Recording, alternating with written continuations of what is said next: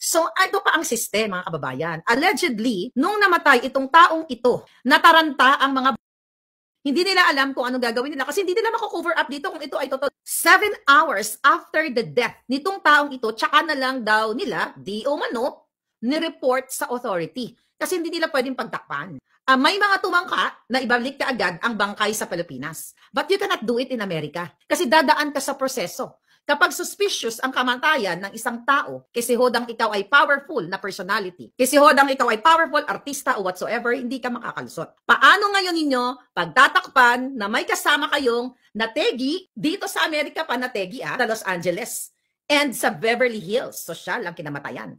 At least, namatay ka sa Beverly Hills. Saan ka namatay? Ay, hindi ka na pa napakakasagot. Saan namatay yung friend mo? Doon sa Beverly Hills. Kung ito ay allegedly 7 hours ni report, ang kanyang kamatayan, may mga titignan na anggulo ang authority. Pwedeng nag-obstruction of justice, tampering, pagtatakpan mo, baka gusto nilang sabihin, inatake sa puso. For sure, baka yun kung sa Pilipinas kasi pwede nilang palabasin na inatake sa puso o na ganito na ganyan kasi nababayaran lahat ng kapulisan.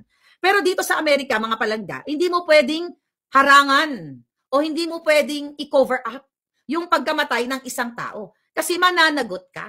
Kaya I hope managot si Lisa Tanas dito dahil kasama niya ito.